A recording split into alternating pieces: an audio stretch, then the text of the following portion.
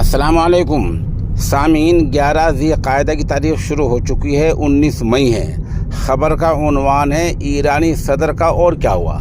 अभी जो ताज़ा खबर अपडेट हुई है वो ये हुई है कि ईरानी सदर जिस हेलीकॉप्टर में बैठे हुए थे उससे राबता संपर्क नहीं हो पा रहा है, कांटेक्ट नहीं हो पा रहा है। और वजह बताई जा रही है, जैसे आप एक दूसरी तस्वीर में यहाँ आप देख रहे हैं, हम ये तस्वीर आपको दिखा रहे हैं कि जहाँ वो हेलीकॉप्टर क्रैश हुआ है वहाँ मौसम ख़राब है, वहाँ धुंध कोहरा बहुत ज़्यादा है। उस धुंध और कोहरे की वजह से वहाँ तक रसाई, वहाँ तक पहुँचना मुश्किल हो रहा है। बता दें, ईरानी मीडिया से जो खबर पहले जारी हुई थी उसमें लफ्ज़ हादसा इस्तेमाल किया गया था।